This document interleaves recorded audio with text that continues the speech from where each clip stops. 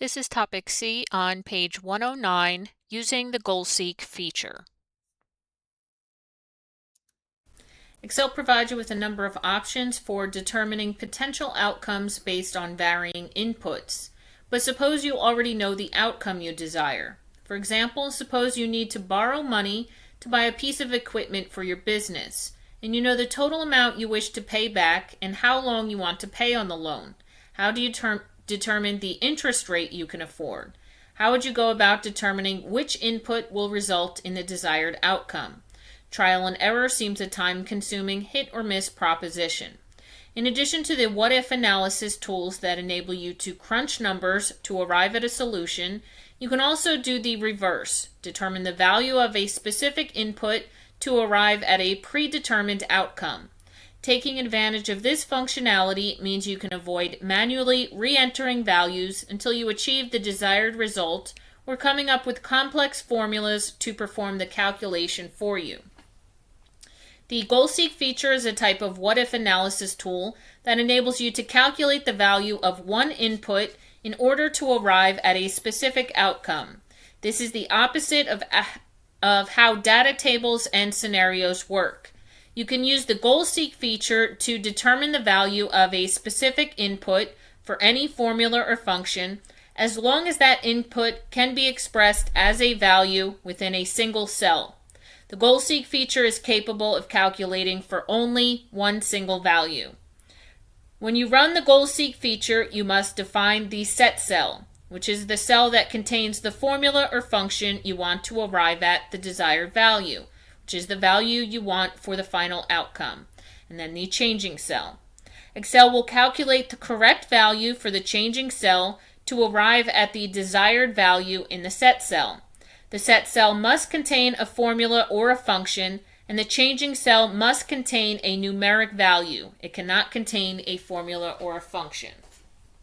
So here in my example worksheet, I have some revenue figures for a paint store. I have the current revenue for the color paints of red, blue, yellow, orange, and green, and I have the goal revenue for those colors as well. Now, the current revenue coming in for these is $213,000, and these are just the revenues for each color summed up. And then my goal revenue does the same, with a goal of $272,000 for all my colors. Now, let's suppose I want to up my goal revenue for the next year to $300,000, not $272,000. And I say I can more than likely sell more red gallon paint jugs than 55,000. So I can have this as my changing cell, and my set cell would be my total that I would input to 300,000. So what I want to do is I want to select that set cell of C10. I'm going to go up to my data tab, and in my forecast command group, select my what if analysis drop-down, and from here I'm going to select my goal seek feature. And this opens up my goal seek dialog box. The set cell is going to be that cell we selected before, C10, so that's already input for me. But I want to change this out to 300,000 for my goal. And I have to signify what cell I'm changing for that formula of the sum that will get me to that value. So I'm going to be changing the red goal revenue for this. So this is going to be C5. I need to put my cursor in the changing cell field, select C5, and it inputs that. Now when I click OK from here, it's going to keep increasing this number in C5 until the formula in C10 hits the result of it of 300,000. So I click OK from here. It'll work its magic. Doesn't really have to go very far here.